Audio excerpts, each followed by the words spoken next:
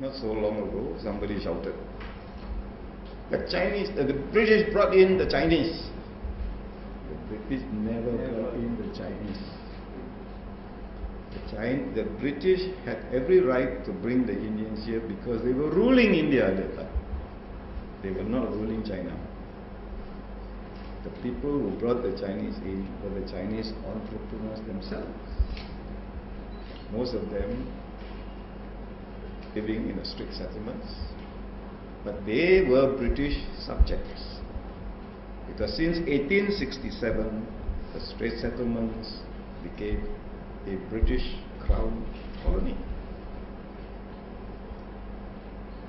And that was the main reason why there was so much trouble when the British tried to amalgamate the 9 Malay kingdoms with the Strait Settlements.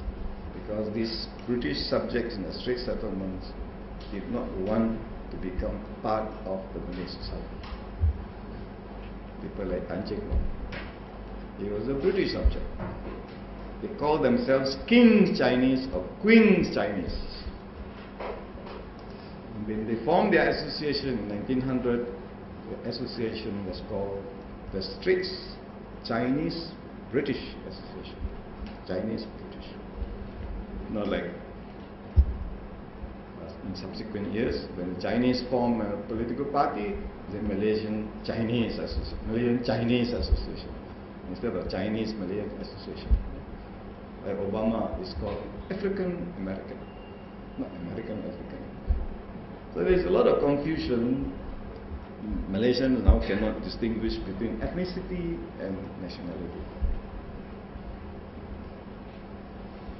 And so children should be taught these things, should be made to understand these things. But they are just taught how to memorize. So our children are very good. You ask them, Rukun negara, they don't know how to shout. Keluhuran perlembagaan. They say, what is the meaning of perlembagaan? Don't know.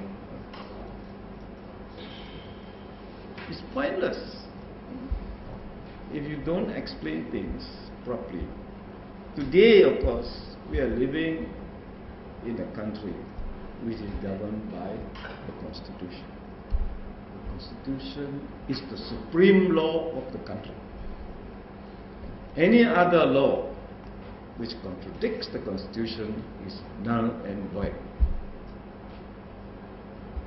The people bring up all sorts of funny things. Oh, there are people who want Christianity to take the place of Islam. Absolute rubbish. Absolute rubbish. How do you amend the Constitution? You need 2/3 majority.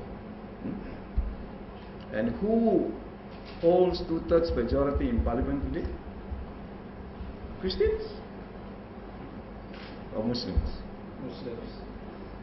And in the case of Islam and the Malays, even 2/3 majority is not enough.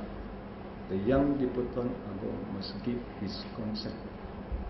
So who can make Christianity the official religion instead of Islam? Only the Malays. You think that the Malays are going to do that? So every other day they're quarreling. I tell you. For older people like me, it's terrible. I lived through the era of British administration. It was not like that. Now they're scolding the British all the time. Poor British people. They were the ones who first started the move to amalgamate the Sultanates and the Strait Settlements.